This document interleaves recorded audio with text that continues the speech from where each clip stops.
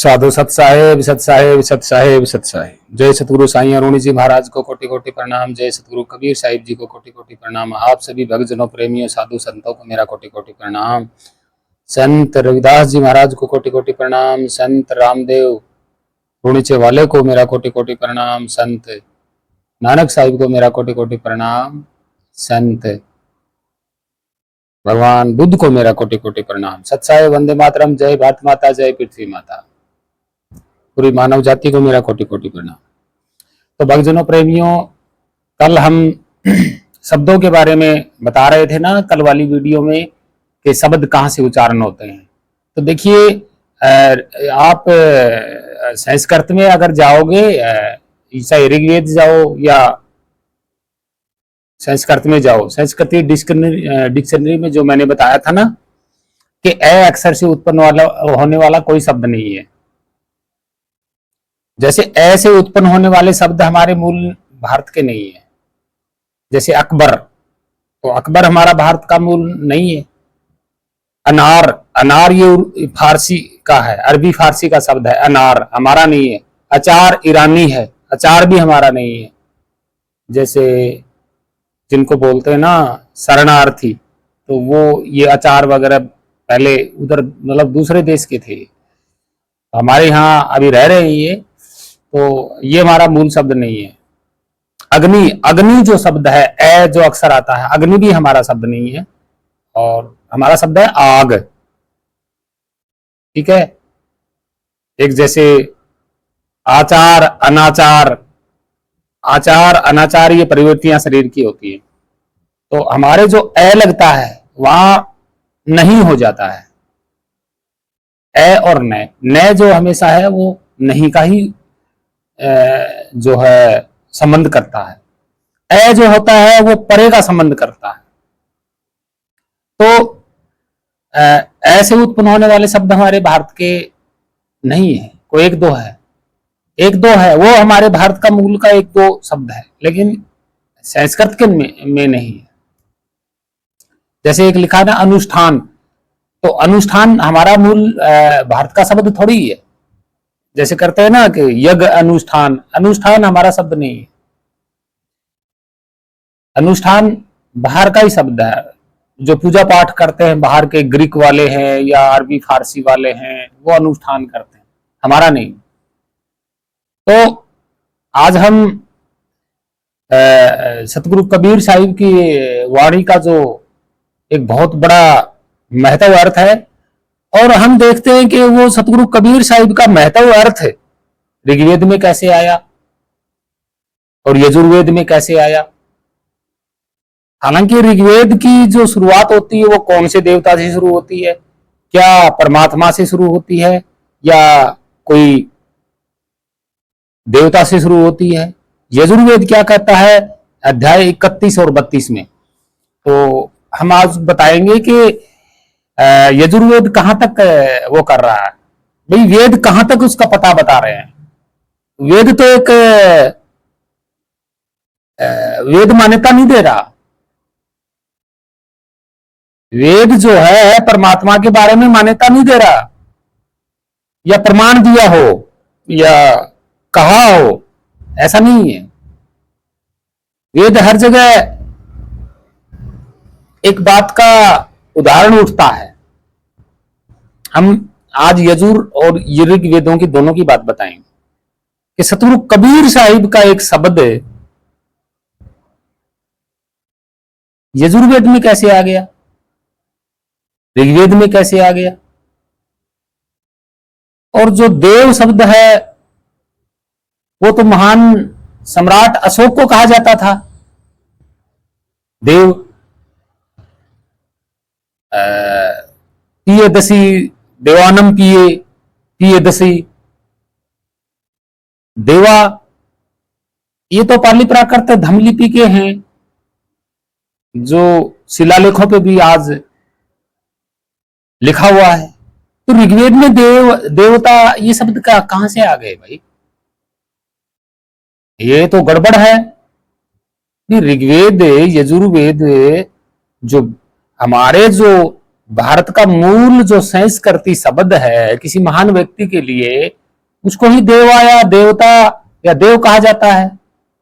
देई स्त्री को देई, माया, देवी कहा जाता है। लेकिन ऋग्वेद में कैसे आ गया? और ऋग्वेद जो है वो भारत की मूल संस्कृति नहीं है, क्योंकि जो संस्कृत है ऋग्वेद की वो तो भारत की नहीं है। नहीं तो हमारे पूर्वज संस्कृत बोलते हैं, वो तो क्षेत्रीय खड़ी बोली भाषा बोलते हैं। और ना ही सम्राट अशोक की शिलालेखों में लिखा हुआ है, भाई कहीं लिखी भी नहीं है। तो और दूसरी बात, इसमें जो लिखा हुआ है यजुर्वेद में,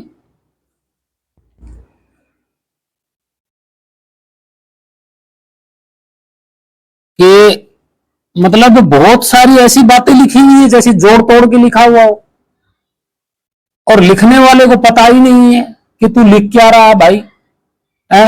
अंदाजा मार मार के लिख रहा है। जैसे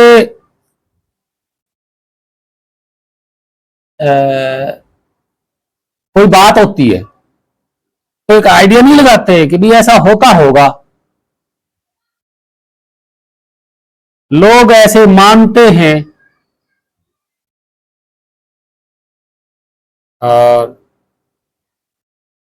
कहा जाता है, एक तो ठोस प्रमाण हो कि जैसे कहते हैं, बिल्कुल कहते हैं, और एक ऐसा कहा जाता है, दोनों में अंतर है, प्रमाण नहीं होता। जैसे कोई बात है, जैसे अब मैं आपको क्या बताऊं, कोई धार्मिक कहानी या पुराण उठा के देख लीजिए, उसमें स्टार्टिंग में ऐसा होगा कि ऐसा कहा जाता है कि यहाँ ऐसी मान्यता है कि यहाँ फलाना ऋषि प्रकट हुआ था। मतलब ये बातें ठोस प्रमाण नहीं होता है, ठोस प्रमाण नहीं होता है। तो ऋग्वेद में भी ऐसा ही लिखा हुआ है, यजुर्वेद में भी ऐसा ही लिखा हुआ है, ठोस प्रमाणित नहीं है। आज हम उजागर करते हैं, तो आपको मैं उजागर करता रहूंगा और आप इसको देखते रहना। तो कबीर साहिब का जो आप पढ़ोगे, उसमें मैं कबीर साहिब के बारे में जो है बात को बताऊंगा। लोग भ्रमित हो जाते हैं किसी किसी बात पे। और गीता का है तो उसमें कहा ना कि हे अर्जुन, गीता भी है मेरे पास, उसमें कहा ना हे अर्जुन तू मेरी शरण में आ जा। तो ये मेरी शरण में आ जा, इसका हम बात करेंगे। और क्योंकि संत पंथ में गीता को और पुराणों को और वेदों को ज्यादा महत्व देना शुरू कर दिया है संत पंथ में।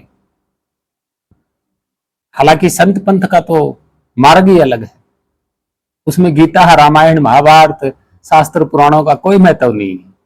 संत पंथ ही ऐसा होता है, संत मार्ग ही ऐसा होता है। संत मार्ग परे का होता है, मतलब दुनियादारी से परे की बात को जानते हैं। तो कुछ बातें को हम आज उजागर करते हैं। सबसे पहले आपको देखना है कि ऋग्वेद है, मंडल भी आप देख लेना, यजुर्वेद है, मंडल आप देख लेना। तो आप जरूर देखिएगा इसको, हम साथ साथ बोलते भी जाएंगे, ठीक है जी।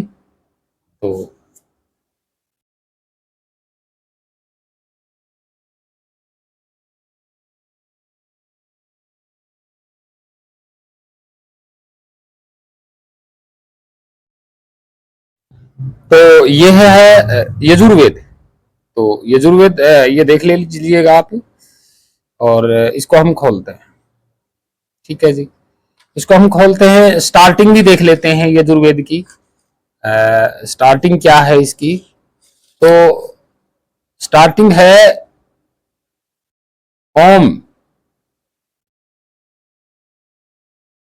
हे साखे पलाश यज्ञ का फल जो वृष्टि के रूप में है, उसके हेतु मैं तुम्हें स्वीकार करता हूं। हे शाखे, रस और शक्ति की शक्ति हेतु मैं तुम्हें बिल्कुल सीधी और शुद्ध करता हूं। हे गोवत्से, यहां गोवत्से लिखा हुआ है, गोवत्से, वत्स मानी बेटा, गोपुत्र।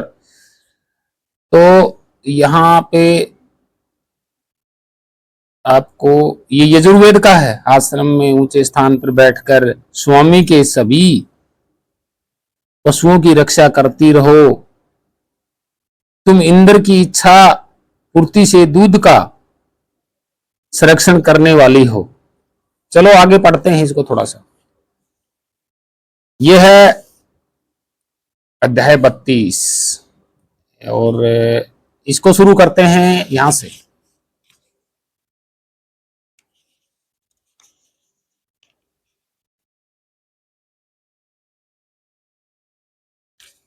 अध्याय 31 से शुरू करते हैं। इसमें देखते पढ़ते रहना। नारायण, उत्तर नारायण। देखिए यहां पे नारायण फर्स्ट, उत्तर नारायण, दो देवता, पुरुष, ईशान, श्रेष्ठवर, आदित्य, सूर्य, विश्वदेवा, छंद, अनुष्टम, त्रिष्टुप, त्रिष्टुप। अभी आगे लिखियो। सहस्त्रों सिर, नेत्र और अनेक पैरों वाले ये परम पुरुष पंचभूतों को व्यापक करते हुए 10 अंगुल के बराबर भूमि स्थान को अतिक्रमण कर स्थित हुए हैं। यह वर्तमान जगत, व्यतीत हुआ जगत और भविष्य में होने वाला जगत, ये सब परम पुरुष ही है। और जो अन्न रूप फल के कारण विश्व रूप को ग्रहण होता है, उस अमृत तत्व का स्वामी परम पुरुष ईश्वर ही है। ये 3 लोक रूपी इस पुरुष की महिमा ही है। और वह पुरुष समय तो इस संसार से अधिक है।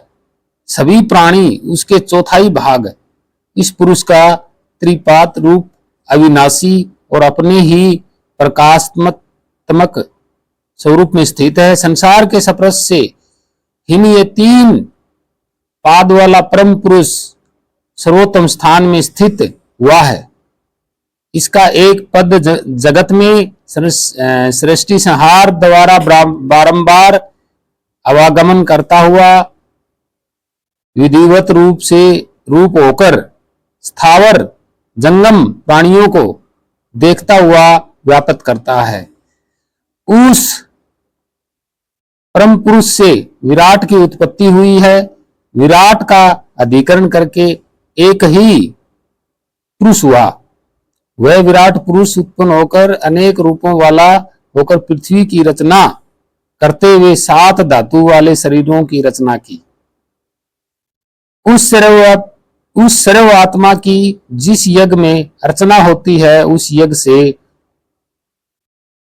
दधि युक्त धृत संपादित हुआ। उसी पुरुष ने उस पवन देव से संबंधित पशुओं की रचना की।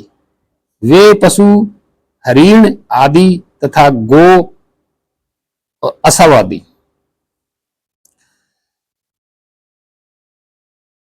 उत्तम पुरुष आत्मा यज्ञ रूप से चक्कर,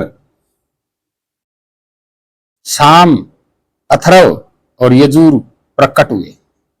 यहां क्या लिखा है? उसी पुरुष से शाम और अथर्व और यजुर प्रकट हुए। उस यज्ञ पुरुष से असव, गर्दभ, ऊपर नीचे के दांतों वाले पशु, गौवें और भेड़, बकरी आदि उत्पन्न हुए। सृष्टि से पहले उस यज्ञ पुरुष को यज्ञ से संस्कृत करते हुए मंत्र दृष्टा ऋषियों ने उसी पुरुष से मानस याग को संपन्न किया। क्या लिखा है? ऋषियों ने उसी पुरुष से मानस याग को उत्पन्न किया। जिस विराट पुरुष को वचन द्वारा प्रकट करते हुए उनके अनेक प्रकार से कल्पना की, इस पुरुष के मुख का क्या हुआ? बाहु, जांग और चरण कौन से कहे जाते हैं? शरीर की उत्पत्ति करते हुए वह विराट कितने प्रकार से पूर्ण हुआ? इस पुरुष का ब्राह्मण मुख, यहां देख लीजिएगा, ब्राह्मण मुख, क्षत्रिय भुजा, वैसे जंगा तथा सुदर चरण रूप हुआ। उसी पुरुष हृदय से चंद्रमा, चक्षु से सूर्य और श्रोत्र से पवन और प्राण तथा मुख से अग्नि प्रकट हुई। नाभि से अंतरिक्ष, सिर से स्वर्ग, पैरों से पृथ्वी और कानों से सब दिशाएं उत्पन्न हुई। इसी प्रकार लोकों की उत्पत्ति की गई। उक्त प्रकार देव देह की ग्रहणता पर देवों ने पुरुष रूप को मानस हवि मानकर उनके मानस यज्ञ को विस्तृत किया। उस समय बसंत ऋतु, प्रीत, ग्रीष्म और शरद ऋतु छवि हुई। जब देवताओं ने मानस यज्ञ को विशाल करते हुए विराट पुरुष में पशु रूप की भावना को बांधा, तब इस यज्ञ की 7 परिधियां हुई और 21 छंद इसकी समिधाएं हुई। मानस यज्ञ के अनुसार देवों ने यज्ञ रूप प्रजापति की अर्चना की और वे धर्मधारकों में मुख्य रूप से मुख्य हुए। कौन वे? मानस यज्ञ के द्वारा देवों ने यज्ञ रूप प्रजापति की अर्चना की और वे धर्म धारकों में मुख्य हुए। जिस स्वर्ग लोक में प्राचीन साध्य देव निवास करते हैं, उसी स्वर्ग को सिद्ध महात्मा जन ग्रहण होते हैं। पृथ्वी आदि की रचना के लिए पंचभूत में जिस रस की वृद्धि हुई और जो संसार कार्य वाला उसका रस सर्वप्रथम उत्पन्न हुआ, उस रस को और रूप को ग्रहण करते हुए सूर्य प्रतिदिन प्रकट करते हैं। अभी तो रुको, क्या क्या लिखा हुआ है वो सब बताएंगे। यजुर्वेद है, यह देख लेना, नाम पढ़ लेना, यजुर्वेद। मैं इस अत्यंत महान अनुपम आदित्य रूप मनुष्य को अंधकार विमुख जानता हूं। उस आदित्य को जान लेने पर ही मृत्यु को जीता जाता है। शरण ग्रहणता के लिए अन्य कोई मार्ग नहीं है। वो परमपिता प्रजापति गर्भ में प्रवेश होकर अजन्मा होते हुए भी अनेक कारण रूप होकर जन्म लेता है। क्या लिखा है यहाँ पे? जन्म लेता है। अच्छा, जन्म लेता है, अजन्मा होकर के भी जन्म लेता है। देखो कितनी बड़ी झूठ लिखी हुई यहाँ पे। ब्रह्म विद्वान जब, क्या लिखा है? ब्रह्म यानी कि ब्राह्मण विद्वान जन उस प्रजापति के स्थानों को देखते सारे भवन में वह प्रजापति रूप ब्रह्म में ही स्थित है। जो सूर्यात्मक प्रजापति समस्त और वे देवताओं के लिए प्रकाशमय होते हैं और जो देवताओं में पूजनीय है, उनके प्रकट हुए उन तेजस्वी ब्रज को बजर है, बजर को नमस्कार है। देवों ने श्रेष्ठ ज्योति रूप सूर्य को प्रकट कर पहले यहां कहा कि हे आदित्य, जो ब्राह्मण तुम्हें अजर अमर रूप में प्रकट हुआ जानते हैं, देवता उस ज्ञानी ब्राह्मण के वश में होते हैं। हे दीप्ति स्वरूप ब्रह्म, जो लक्ष्मी को समृद्ध करती है, वह वैभव रूपा लक्ष्मी तुम्हारी पत्नी रूप है। दिन रात दोनों तुम्हारे पार्श्व है। नक्षत्र तुम्हारा रूप और धरा तुम में विद्यमान है। कर्म फल की अभिलाषा वाले तुम मेरे लिए परलोक की कामना करते हुए मुझे संतुष्ट करने की अभिलाषा करो। आप देख रहे हैं ये ब्रह्मा, मेधाकाम, श्रीकाम, देवता, परमात्मा, ये सब आ गए, ये संस्कृत के शब्द हैं। श्लोक है ये संस्कृत के मंत्र। अग्नि वही है, आदित्य देवता, वायु, चंद्र और शुक्र वही है जो प्रजापति सारे में व्यापक है। उसी विद्युत के रूप समान तेजस्वी पुरुष से समान काल प्रकट हुए हैं। पुरुष को ऊपर इधर उधर या बीच में कहीं पर भी प्राप्त नहीं किया जा सकता, अर्थात वह प्रत्यक्ष में देखा नहीं जा सकता। उस पुरुष की कोई प्रतिमा नहीं है, उसका नाम बहु महान और सबसे बड़ा है।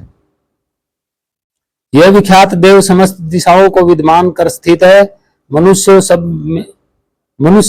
सब में पहले यही पुरुष प्रकट हुए हैं, गर्भ में यही स्थित होते हैं, जन्म लेने वाले भी वही हैं, समस्त पदार्थों में लीन और समस्त और मुख आकृति वाले भी वही है, जिनसे पहले कुछ भी उत्पन्न नहीं हुआ, जो अकेले ही सब लोकों में बसे हुए हैं। वह 16 कलाओं से युक्त होते हुए प्रजापति प्रजा से तीनों ज्योतियों का भोग करते हैं। क्या लिखा है? 16 कलाओं से युक्त होते हुए प्रजापति प्रजा से तीनों ज्योतियों का भोग करते हैं। ये 3 ज्योति क्या है भाई? बताएंगे, समझेंगे। 3 ज्योति क्या लगा दी इन्होंने?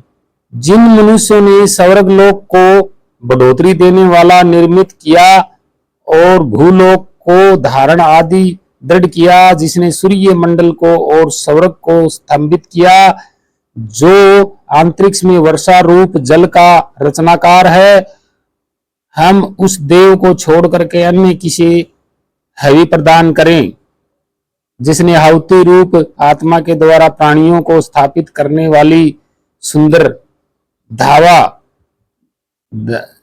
है। ये वैसे लिख दिया इन्होंने। पृथ्वी को प्रकट किया, इन दोनों के बीच उदय हुआ सूर्य, जिसके प्रभाव से सुंदर दिखाई देता है। हम उस देवता को छोड़कर अन्य किसी देवता को आहुति का विधान करें। सृष्टि के रहस्य को जानने वाले ज्ञानी गुप्त जगह में निहित उस सत्य रूप ब्रह्म को देखता है, जिस परम ब्रह्म में यह विश्व घोंसले के रूप में होता है, और ये समस्त प्राणधारी प्रलय काल में जिस ब्रह्म में लीन हो जाते हैं तथा सृष्टि काल में भी उसी प्रकट होते हैं। हे वे ईश्वर समस्त प्रजाओं में विद्यमान है। रहस्य को जानने वाले विद्यमान इस परमात्मा के उस अविनाशी और गुप्त स्थान में निहित स्वरूप का वर्णन करता है। इसके 3 पाद का गुप्त स्थान में स्थित है, जो उन्हें जानता है।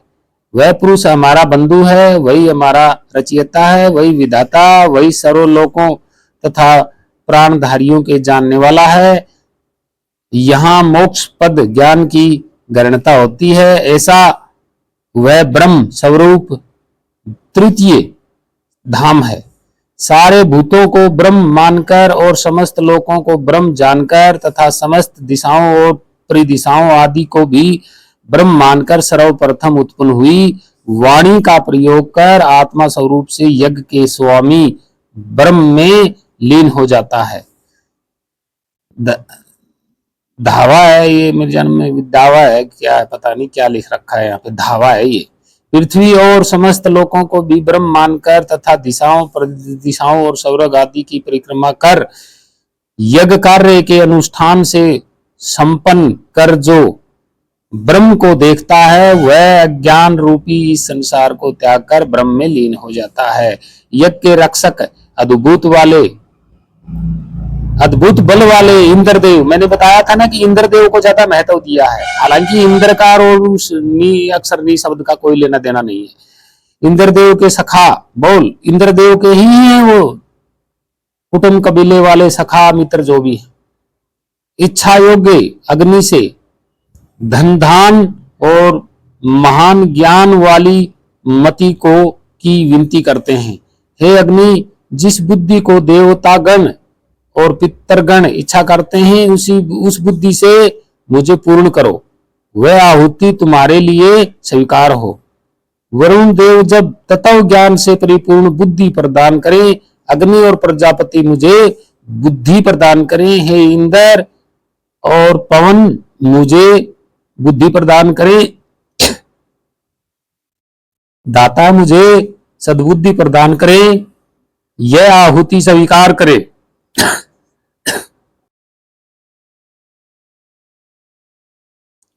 यह ब्राह्मण और क्षत्रिय दोनों जातियां मेरी लक्ष्मी का उपयोग करें। देवगण मेरे लिए श्रेष्ठ लक्ष्मी को प्रदान करें। उस प्रसिद्ध लक्ष्मी के लिए यह आहुति स्वीकार हो। अध्याय 33 है, आगे पढ़ने की जरूरत नहीं है, इसका खोलते हैं। तो भक्तजनों ध्यान से सुनना वीडियो को। अब है ये गीता, आप देख सकते हैं, गीता प्रेस गोरखपुर, श्रीमद् भागवत गीता। इसका जो है ये पढ़ते हैं। श्री भगवान ने कहा परम अक्षर ब्रह्म है। यहां कृष्ण ने ये नहीं कहा कि मैं ही परम अक्षर ब्रह्म हूं, नहीं, श्री कृष्ण ने कहा परम अक्षर ब्रह्म है, यानी कि वो दूसरा कोई और बता रहे हैं, खुद का नाम नहीं ले रहे। यहां पे अपना स्वरूप अर्थात जीवात्मा अध्यात्म नाम से कहा जाता है, तथा भूतों के भावों और उत्पन्न करने वालों जो त्याग है वह कर्म नाम से कहा गया है। यहां धर्म वाले अभिदूत ये क्या कर रहे हैं, जो पुरुष अंतकाल में भी मुझको ही स्मरण करता हुआ शरीर को त्याग कर जाता है, वह मेरे साक्षात स्वरूप को प्राप्त कर लेता है, प्राप्त होता है। इसमें कुछ भी संशय नहीं है। एक ये झूठ लिखी हुई है यहाँ पे, इसकी झूठ बताएंगे।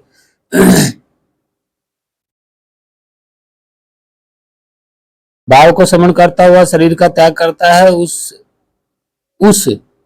उसको ही प्राप्त होता है, क्योंकि वह सदा उसी भाव से भावित रहा। यहां कवि बता रहे थे, मैंने कवि का मतलब ज्ञान है यहाँ पे। इसका अगला अनुवाद देख सकते हैं आप।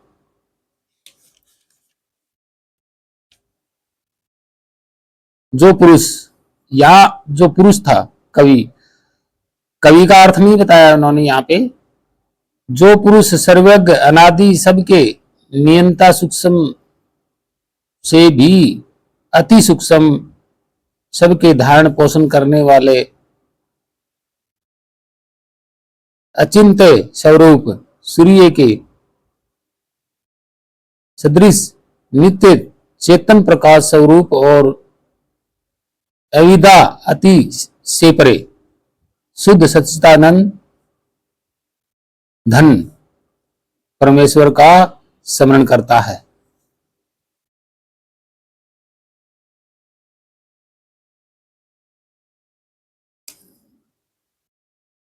ये क्या लिखा है, वेद को जानने वाले, यानी कि गीता बाद में लिखी हुई है, गीता बाद में लिखी गई है वेदों से। ये देखो यहां स्पष्ट हो रहा है। वह भक्ति युक्त पुरुष अंतकाल में भी योग बल से भ्रुकुटी के मध्यम में प्राण को अच्छी प्रकार स्थापित करके फिर निश्चल मन से स्मरण करता हुआ उस दिव्य रूप परम पुरुष परमात्मा को ही प्राप्त होता है। यहां लिखा है, वेद के जानने वाले विद्वान जिस सच्चिदानंद रूप परम पद को अविनाशी कहते हैं। या क्या लिखा है कि वेद अविनाशी कहते हैं।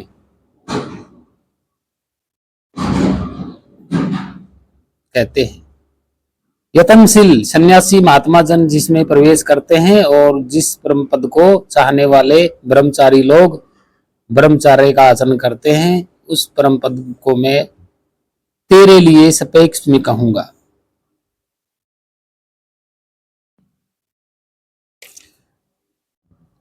तो भक्तजनों प्रेमियों, आप लोगों ने ये दिखा, मैंने पढ़ा मैंने, तो इसमें क्या लिखा है? वेद किसकी स्तुति करते हैं? कहां बताया है परमात्मा के बारे में वेद? अरे अनपढ़ आदमी भी तो कहता है कि कोई है भाई जो दिखाई नहीं देता है और वो सबके अंदर है, वो सबको चला रहा है। ये बात तो अनपढ़ आदमी भी बता सकता है। यही तो लिखा है इसमें कि हर जगह भाई कोई तो शक्ति, अनपढ़ आदमी से अगर आग पूछोगे तो वो भी ये कहेगा कि ऊपर वाला है वो सबको चला रहा। इसमें कौन सी ज्ञान की बात है? इसमें तो स्पष्ट कह दिया कि वो देखा नहीं जा सकता, उसकी कोई मूर्ति नहीं है, और इसमें यज्ञ हवन भरा पड़ा है। और मेन बात तो यह है, यहां 4 वर्ण किसने बनाए हैं? किसने बनाए हैं यहाँ पे? ब्राह्मण, शूद्र। अच्छा, मुख से जो प्रकट हुआ व्यक्ति वो कौन था? उसका तो नाम ब्रह्म नहीं बताया यजुर्वेद में। वो तो एक कोई पुरुष था जो ऋषियों ने यज्ञ हवन किया और उसके बाद वो प्रकट हुआ, अद्भुत पुरुष प्रकट हुआ। वहां ब्रह्मा नाम तो है ही नहीं। और यहां पाखंडी क्या कह रहे हैं कि ब्रह्मा के मुख से हुआ। यजुर्वेद में लिखा हुआ नहीं है कि वो ब्रह्मा था जिसके मुख से ब्राह्मण पैदा हुआ। वो उसमें ब्रह्मा का नाम नहीं बताया यजुर्वेद में। आप पढ़ रहे थे, मैंने पढ़ा है, आप भी देख रहे थे, ब्रह्म का नाम नहीं है वहां पे। ब्रह्म स्वरूप तो कोई और बताया है इन्होंने। और फिर इन्होंने कहा कि वही जन्म लेता है और वही मरता है, अजन्मा होता है वह भी जन्म लेता है। क्या वो बदलने वाला है? बदलने वाला है तो उसको प्राप्त कौन करेगा? वो तो पल पल में बदलता रहेगा। पहचान कहां रही उसकी? भाई अगर वो बदलेगा, परिवर्तन में आएगा, तो पहचान कहां है उसकी? भाई उसको ढूंढने वाला कोई कह दे कि वो आपको लाल रंग का मिलेगा, मतलब रंग पे लेते हैं कि लाल प्रकाश का मिलेगा। भाई परमात्मा जब दिखाई देगा तो लाल प्रकाश में देगा। अगर कोई बता दे किसी भगत को कि भाई परमात्मा लाल रंग के प्रकाश का है, वो भक्ति करता रहे करता रहे करता रहे, और फिर परमात्मा जो है वो अपना रंग बदल ले, यानी कि अपना रूप बदल ले, अपना प्रकाश बदल ले, वो फिर हरे प्रकाश में आ जाएगा। तो भगत कहां पहचानेगा? क्योंकि भगत को तो लाल प्रकाश में बताया गया है और वो परिवर्तन कर लेगा, बदल जाएगा, हरे प्रकाश में हो जाएगा। तो भगत को क्या पता यही है वो? क्या पता भाई भगत को कि यही है वो परमात्मा? क्योंकि उसको तो लाल प्रकाश में बताया गया था और जो उसको मिला वो हरे प्रकाश में है। क्या है ये? पाखंड है ये, ढोंगबाजी है ये अजन्मा होता हुआ भी जन्म लेता है। क्या कहा? किसने देखा था? सूर्य को प्रकट किया उसने, पृथ्वी को प्रकट किया उसने।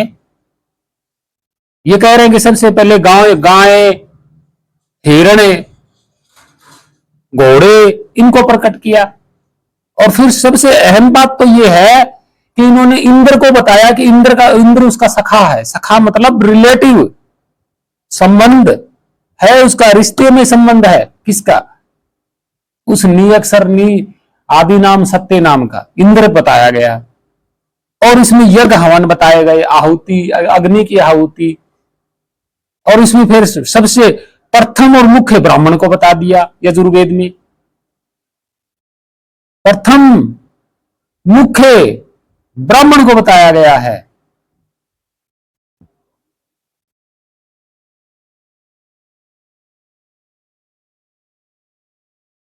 आपको मैं एक और भी दिखाता हूं कि इसमें ऋग्वेद में लिखा हुआ है ये बात है, ऋग्वेद में भी लिखी हुई ये बात।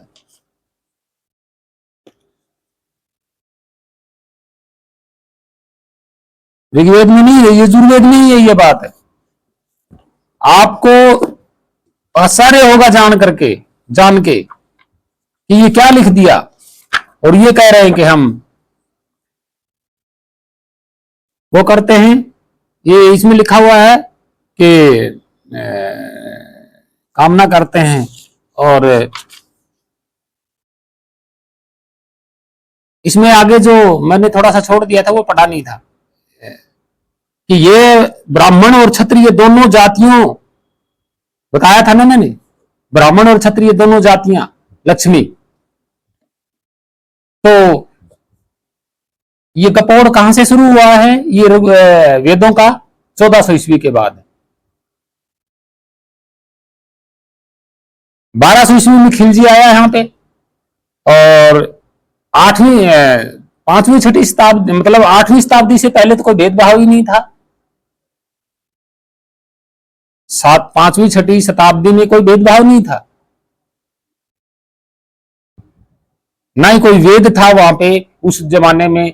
5वीं छठी शताब्दी में ना कोई शास्त्र थे, ना पुराण थे, ना गीता थी, ना रामायण थी, ना महाभारत थी।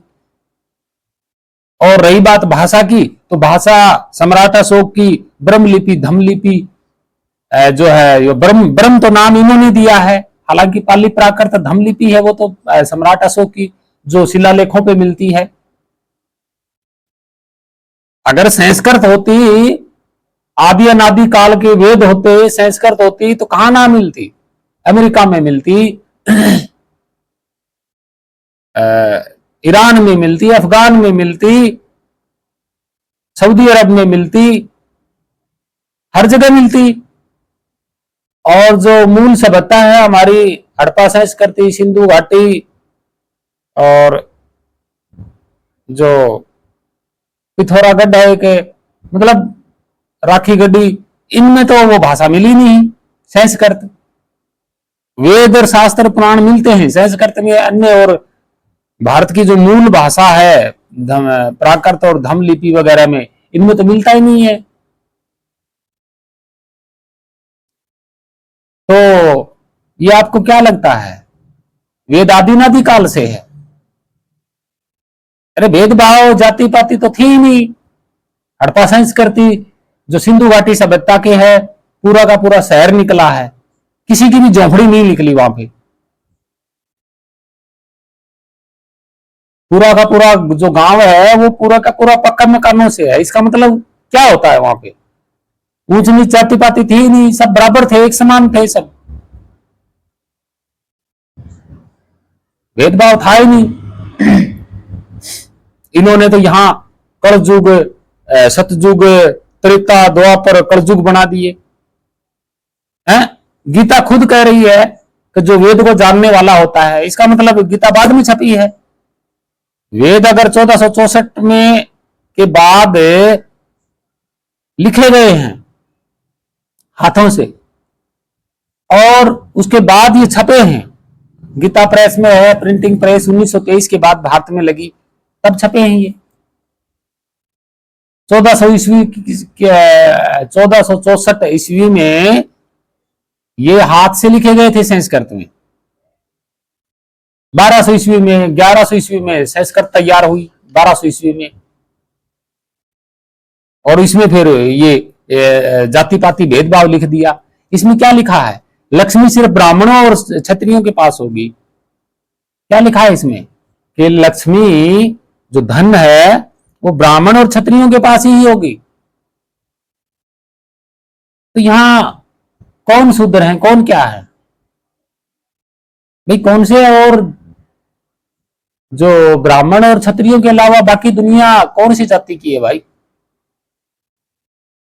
क्षत्रिय होते कौन है? आदमी तो होते हैं।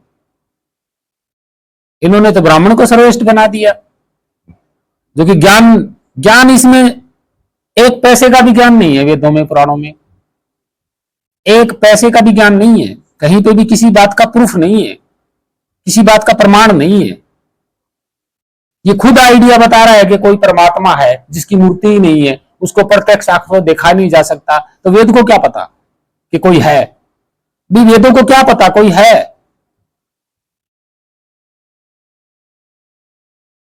अंदाजा लगाया है, अंदाजा लिख लिख के ऋग्वेद, यजुर्वेद, अथर्ववेद, सामवेद लिखे हुए, अंदाजा लगा के। भी ये आइडिया अंदाजा तो कोई भी लगा सकता है, अनपढ़ व्यक्ति भी लगा सकता है कि यार कोई तो है जो इन बादलों को उड़ा रहा है, सूर्य को चला रहा है, फलाना कर रहा है। अंदाजा तो कोई भी लगा सकता है। प्रत्यक्ष प्रमाण कहां है? फिर कहते हैं परमात्मा की वाणी। अरे ये खुद यजुर्वेद कह रहा है भाई उसको देखा नहीं जा सकता, इधर उधर ऊपर नीचे उसको प्राप्त ही नहीं किया जा सकता, उसकी कोई मूर्ति नहीं है, तो ये वाणी कहां से आई? वाणी कौन बोल के गया था? शरीरधारी आया था वो। वेदों में तो नहीं लिखा, यजुर्वेद में तो नहीं लिखा, ना ऋग्वेद में लिखा। ऋग्वेद तो सारा कर्मकांड का भरा पड़ा है, दारू का, सारा शराब पीने वालों का भरा पड़ा है यहाँ पे।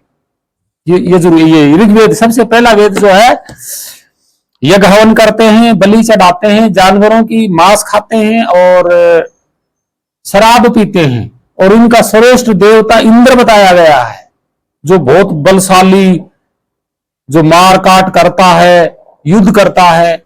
ये ज्ञान है। अब ये ना ही तो ज्ञान है, ना ही इतिहास है, ना ही तो ये इतिहास कभी भारत में हुआ, और ना ही ये ज्ञान है ऋग्वेद का। खुला ठोक बजा के कहता हूं। जब खुद कह रहा है कि इसकी कोई तस्वीर नहीं है, तो इन्होंने आज के जो इन्हीं के पद पर बैठे हुए ऋग्वेद के वेदों को मानने वाले जो मठाधीश है, मंडलेश्वर है, वेदों में शिव जी का नाम नहीं है। ब्रह्म का नाम सबसे ऊंचा दिया। ब्रह्म कौन है? ये कह रहे हैं हम ब्रह्म के पुत्र हैं, ब्राह्मण। बाकी पुत्र किसके हैं? कि उसके हाथ से छतरी पैदा हुए। खुद कह रहा है यजुर्वेद। कभी ऐसा हुआ है इतिहास में पीछे? कभी क्या भारत में हुआ है? जो ढिंडोरा भारत में पीट रहे हैं, भारत में तो ऐसी जगह पे कभी ये हुआ नहीं। इसमें जो सबसे पहले जो जैनों का जो वेद है, अद्वैत जो वेदांत है, ये उसकी नकल है, बिल्कुल कोरी करारी उसकी नकल है। ये कह रहे हैं कि वो है। गीता में क्या कह रहे हैं? गीता में कृष्ण एक तरफ तो कह रहा है कि वो परब्रह्म, परम अक्षर, अध्यात्म स्वरूप है, आत्मा स्वरूप है, जीव आत्मा कहते हैं ना। देखा तो नहीं इसमें किसी ने कहा है गीता में कि मैंने उसको देखा, उस जीव आत्मा को देखा मैंने, या उस परमात्मा को देखा मैंने? किसी ने कहा है? नहीं कहा। दूसरा जो मैंने बताया था ना, गीता में क्या लिखा है कि अनुसरण करता हुआ, अपने यहां भरकुटी में ध्यान लगा के निश्चल मन से अनुसरण करता हुआ प्राण को त्यागता है तो परमात्मा को प्राप्त होता है। क्या तसल्ली है, क्या विश्वास है कि परमात्मा को प्राप्त हो जाएगा? क्या विश्वास है? नहीं भाई, विश्वास तब होगा जब आप जीते जी उसको जान लोगे, हाँ है, और अंत समय में मैं यहीं जाऊंगा। ये विधि तो इसमें है ही नहीं, ये तो इसमें कहा ही नहीं। आप कह रहे हो कि, तभी तो मैं कह रहा हूं ना, मेरे व्हाट्सएप पे कुछ 4-5 व्हाट्सएप ग्रुप है मेरे, उनमें इन्हीं बातों का झगड़ा होता रहता है। कोई गीता को लेके बैठा हुआ है, कोई वेदों को लेके बैठा हुआ है, कोई शास्त्रों को लेके बैठा हुआ है, कोई पुराणों को लेके बैठा हुआ है। और रंग रूप ना गीता में है, ना वेदों में है, ना पुराणों में, ना शास्त्रों में। और ऋग्वेद में तो वेद व्यास का नाम भी नहीं है। ऋग्वेद में तो वेद व्यास का नाम भी नहीं है।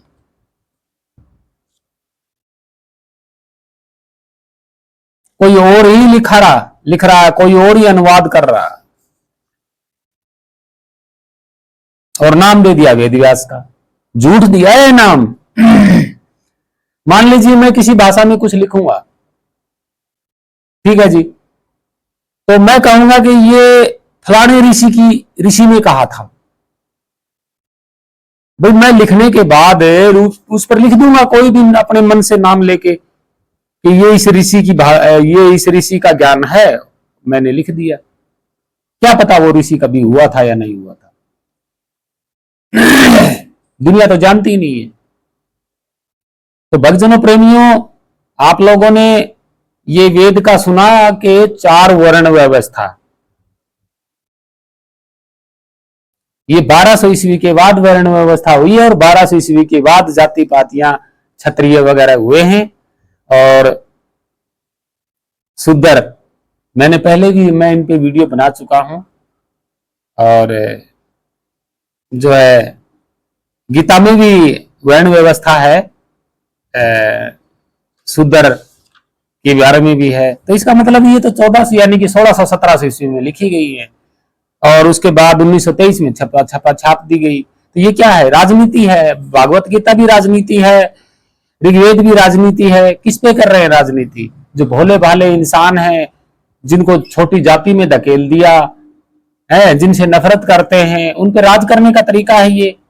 उन्हीं से यज्ञ करवाते हैं, उन्हीं से अनुष्ठान करवाते हैं, उन्हीं से परमात्मा का मिलाने का वो भरोसा दे रहे हैं। कह रहे हैं कि ये देवता प्रकट हो जाएगा, ये देवता प्रकट हो जाएगा, आप इसकी मंत्र करिए, पूजा करिए, नित्यनेम पूजा करिए, फल फ्रूट चढ़ाए, वो करें। ये क्या है? ये तो मन को अवधारणा में, झूठी अवधारणा में डालने वाला काम है।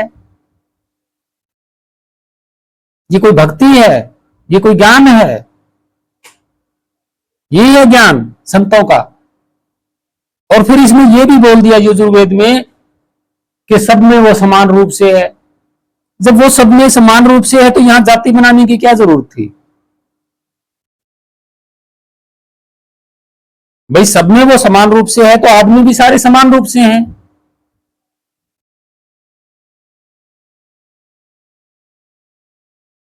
क्या वो अलग से ब्राह्मण बन के बैठा हुआ है किसी में? क्या वो अलग से क्षत्रिय बन के बैठा हुआ है किसी में? क्या वो अलग से शूद्र वैश्य बन के बैठा हुआ है किसी में? यहाँ का सारा गपोड़ है ये, सारा का सारा गपोड़ है। कोई सच्चा प्रमाण नहीं है इसका। और उठा उठा के लिखी हुई है सारी की सारी, इधर उधर की बातों को उठा उठा के। भाई ग्रंथ क्या होता है? ग्रंथ में कोई भेदभाव, ऊंच नीच, जाति पाति, वर्ण व्यवस्था थोड़ी होती है। वो वर्ण व्यवस्था, जाति पाति, भेदभाव, ऊंच नीच, ये सब तो राजनीति का है, कानून व्यवस्था है। तो इन्होंने दुनिया को, लोगों को कानून उसमें बांधने के लिए, अपना राजनीति चलाने के लिए ये मनुस्मृति भी तो जिसने ये वेद लिखे हैं उसी ने लिखी है। ऐसे मनुस्मृति भी, मानस, ये बार बार यहां कह रहा है मानस यजुर्वेद में भी है, ऋग्वेद में भी है, मनु नाम से आता है। तो ये तो यहाँ के शब्द है ही नहीं। तभी तो मैं बार बार कहता हूं कि ये यहाँ की जो जिस तरह के टूट फूट के जो अक्षर होते हैं ना,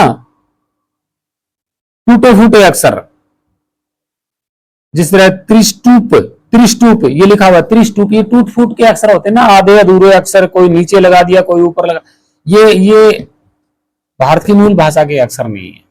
तो भक्तजनों प्रेमियों, आप लोगों ने, अगर आप लोगों को यकीन नहीं है तो आप वेदों को पढ़ के देख लीजिएगा, कोई बात नहीं है। लेकिन ये वो ज्ञान नहीं है, ये संतों वाला ज्ञान नहीं है। ये तो एक आइडिया मार मार के लिखा हुआ है, प्रमाण नहीं है यहाँ पे किसी भी चीज का। कोई वेदों में किसी भी प्रकार का कोई प्रमाण नहीं है कि सबसे पहले गाय को बनाया। देखा था गाय बनी थी सबसे पहले, तो फिर मनुष्य को किसने बनाया? फिर इसमें कहा कि हिरण को बनाया, फिर घोड़े को बनाया। क्या है ये? नहीं, जब ये चीजों की उत्पत्ति बताई ही दी इसमें, तो लक्ष्य 84 का तो कोई नाम ही नहीं दिया इन्होंने कि लक्ष्य 84 जियाजून बनाई। लक्ष्य 84 वेद में, यजुर्वेद में नहीं है, पद्म पुराण में मिलता है। वो किसी ने गपोड़ लिख दिया पद्म पुराण में। लक्ष्य 84 शब्द, 84,000, 84 नवनाथ सिद्ध, 84 शब्द जो है ये भगवान बुद्ध का नाम है 84। तो भक्तजनों प्रेमियों, सतगुरु कबीर साहिब, देखो मैंने ये बताया ना आपको, हालांकि ऐसा नहीं है, सतगुरु कबीर साहिब संतों का ज्ञान जो है वह है खुद का स्वरूप। खुद का स्वरूप अगर जब जान लोगे जीते जी, तभी आप परम गति को प्राप्त हो सकते हो। गीता में क्या लिखा है? गीता में यह लिखा है कि अंत समय में अपनी भरगुटी पे ध्यान लगाओ, ध्यान करते हुए प्राण छोड़ दो, परम गति अपने आप चला जाएगा। भी जीते जी ढूंढना पड़ेगा, अपने आप कैसे चला जाएगा? कौन विश्वास करेगा? कौन भरोसा करेगा?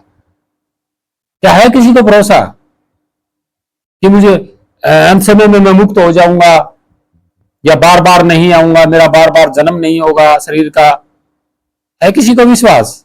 पहले जानो, मुक्ति का स्थान पहले खोजना पड़ेगा, जानना पड़ेगा, उसके बाद मुक्त होगे। गीता के कहने से मुक्त थोड़ी ना हो जाओगे। गीता में तो दो चीज कह दी कि कोई है, परम अक्षर है, वो परम है। परम नाम मतलब सबसे बड़ा है। ये तो हर कोई कहेगा कि वो सबसे बड़ा है, कोई है। ये तो अनपढ़ व्यक्ति भी कहेगा कि कोई है जो सबसे बड़ा है, चंद्रमा सूर्य पृथ्वी और हम सबको चला रहा है। ये तो अनपढ़ आदमी भी बोल देगा। तो स्थान, उसकी युक्ति कैसा है, वो कहां मिलेगा, कैसे मिलेगा, ये बताया है। मंत्र जाप करो। मंत्र जाप तो यज्ञ हवन करते हैं, यज्ञ हवन करने से परमात्मा आ जाएगा। जब ये खुद यजुर्वेद कह रहा है कि इधर उधर ऊपर नीचे कहीं को भी प्राप्त नहीं होगा, कोई तस्वीर नहीं है उसकी, कोई उसको प्रत्यक्ष आंखों से देख ही नहीं सकता, तो यज्ञ हवन करके क्या कैसे प्राप्त करोगे? भाई खुद बोल रहे हैं, और गीता तो बहुत बाद की है। कृष्ण ने ऐसे कैसे कह दिया कि वो बिना सोचे समझे ऐसे कैसे बोल दिया कृष्ण ने कि ध्यान करो, स्मरण करो निश्चल मन से, अंत समय में प्राण त्याग दो और अपने आप पहुंच जाओगे परम गति को। उससे पहले क्या करना है? साहब के सब कपोड़ लिखेंगे। तो भक्तजनों प्रेमियों, ये थी वीडियो जो मैं आपको, कल अधूरी सी बात रह गई थी, वो मैं आपको आज पूरी कर दी मैंने इस वीडियो में। आगे अगर आप भ्रमित रहो तो रहो, मुझे कोई दिक्कत नहीं है, लेकिन हकीकत यही है। और अपने स्वरूप को जब तक जीते जी नहीं जानोगे, आगे ऐसे विश्वास मत करो कि मैं भक्ति कर रहा हूं, मंत्र जाप कर रहा हूं, समय में मुक्त हो जाऊंगा। नहीं, जीते जी मुक्ति का स्थान खोजना होगा, जानना होगा कि यही है वो। फिर आपको भय नहीं रहेगा, आप जीते जी मुक्त हो जाओगे, क्योंकि आपको भय नहीं रहेगा। आपको पता चल जाएगा कि मुझे यहां मुक्त होना है। ये गीता के भरोसे मत रहना कि मुक्त हो जाओगे, बिल्कुल नहीं भरोसे मत रहना। किसी ऐसे सतगुरु की शरण में जाएं जो आपको आपका ही स्वरूप, परम स्वरूप का भेद बता दे। आपका जो परम स्वरूप है उसका भेद बता दे। या तो कह रहे हैं कि यजुर्वेद तो कह रहा है कि परमात्मा तृतीय स्थान पर है, यानी कि तीसरे स्थान पर है। कौन सा है वो तीसरा स्थान? बताया है इसमें कि लोक रख दिए, स्वर्ग लोक रच दिए। बस यूं कहने से, यूं लिख देने से, यूं कहने से इतिहास बन जाएगा। किसने देखा? कौन था देखने वाला? या किसी का नाम ही नहीं है। यहां सिर्फ अग्नि, वरुण, हवा, पवन ये चल रहे हैं यहां पे। कि अग्नि यूं कहने लगा, पवन यूं बोला, इंद्र यूं बोला। क्या है ये? गपोड़ है सारे के सारे, चलाए गए हैं ये भ्रमित करने के लिए, दुनिया से, दुनिया पे राजनीति करने के लिए, अपने आप को सर्वश्रेष्ठ ज्ञानी घोषित करने के लिए। जानते कुछ भी नहीं है। अरे भाई, कोई यहां पे तो ऐसी कोई बात ही नहीं लिखी हुई जो कि आदमी कुछ प्राप्त कर सके। ना इसमें ज्ञान है, ना विज्ञान है। विज्ञान की तो कोई बात ही नहीं है इसमें। विज्ञान का तो कोई मतलब ही नहीं है, महत्व ही नहीं है वेदों में। कोई मतलब नहीं है विज्ञान का। रही बात आत्मज्ञान का, ये आत्मज्ञान होता है। तो भक्तजनों प्रेमियों, मैं यही कह रहा हूं, सच्चे सतगुरु की शरण में जाएंगे आप तो वही आपका परम स्वरूप का भेद बताएंगे, पहचान बताएंगे। और जीते जी आपको तसल्ली करनी होगी, विश्वास करना होगा कि यही वो स्थान है, जीते जी जानना होगा। यूं किसी के भरोसे मत बैठना कि मैं मुक्त हो जाऊंगा, परम गति को प्राप्त कर लूंगा या परमात्मा में लीन हो जाऊंगा। आप और परमात्मा दो नहीं हो, बिल्कुल भी नहीं हो। ये भ्रम फैला हुआ है इन वेदों में कि आप और परमात्मा अलग अलग हो। भ्रम है ये। अलग अलग कैसे हो? अलग अलग क्या मतलब, क्या होता है? जो परम स्वरूप है वो आपके पास है, आप ही के पास है, अलग है ही नहीं। वो कभी था ही नहीं अलग, और ना ही कभी आगे अलग होगा। भले आप जितने मर्जी शरीर बदलो, लेकिन वो परम स्वरूप आपके पास रहेगा, आप उससे अलग हो ही नहीं सकते। तो वो परम स्वरूप तो आज भी है आपके पास, आपको तो सिर्फ जानना है।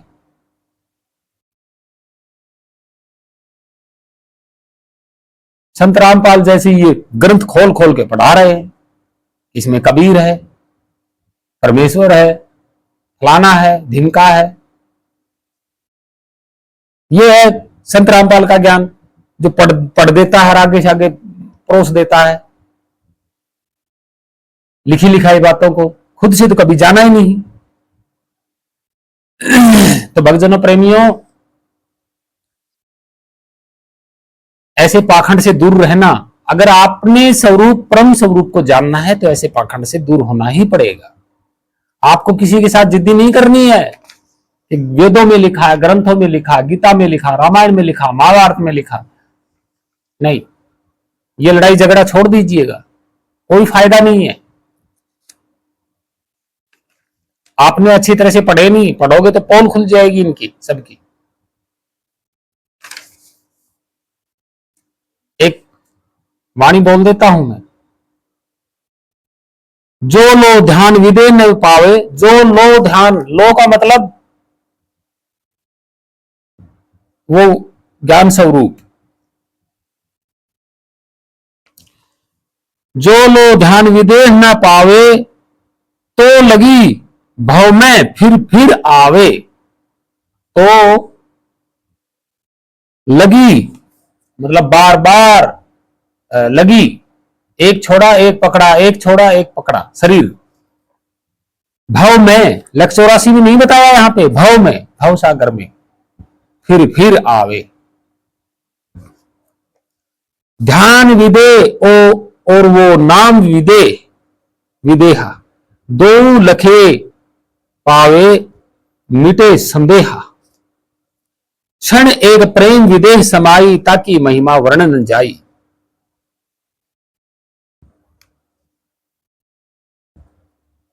सार नाम सतगुरु सो पावे, नाम डोर गही लोक सिधावे। आप ये सोच रहे हो कि वो नाम मुंह से जपने वाला होगा और उसको जपते जपते चले जाऊंगा, ऐसा नहीं है। आपको वो नाम जानना है, पहचानना है कि वो यहां है, फिर आपको ध्यान डोर से आपकी अपनी सुरती को चढ़ाना है, ध्यान डोर से, बस।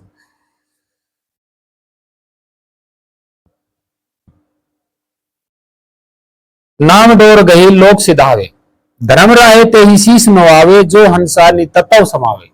धर्म राय का मतलब क्या है? मन शांत हो जाएगा, यही है वो धर्म राय। निरंजन काल वगैरह यही स्वरूप है मन का, क्योंकि मन वहां लय हो जाएगा। जब आपका ध्यान वहां लगेगा तो मन भी लय हो जाएगा। सार शब्द विदेह स्वरूपा, निअक्षर वह रूप अनूपा। यहां क्लियर हो गया। तत्व प्रभाव प्रकृति वस देहा, सार शब्द नितत्व विदेहा। जो तत्व प्रभाव है, कोई भी तत्व है, ये प्रकृति के वश में है, प्रकृति के वश में है। और सार शब्द नितत्व विदेहा, सार शब्द है वो नितत्व विदेही है। कहन सुनन कहीं शब्द चौधारा, सार शब्द सो जीव उबारा। यानी कि आप जब जान लोगे सार शब्द, तभी आपको परम गति या परमात्मा वो ही है जो कुछ भी है, सतलोक भी वही है, सार नाम भी वही है, सार शब्द भी वही है, शब्द स्वरूप भी वही है, नितत्व भी वही है, परमात्मा भी वही है, परम गति भी वही है, सब कुछ वही है। वो इस एक का ही नाम इन्होंने बदल बदल के लिखे हुए। तो भक्तजनों, प्रेमियों, साधु संतों, ये था मेरा कहना। और आप सभी को प्रणाम, सत्साय, वंदे मातरम। आप सभी भक्तजनों, प्रेमी, साधु संतों को मेरा प्रणाम, महान संतों को प्रणाम, महान सतगुरुओं को प्रणाम, मानव जाति को प्रणाम। सत्साय, वंदे मातरम, जय भारत।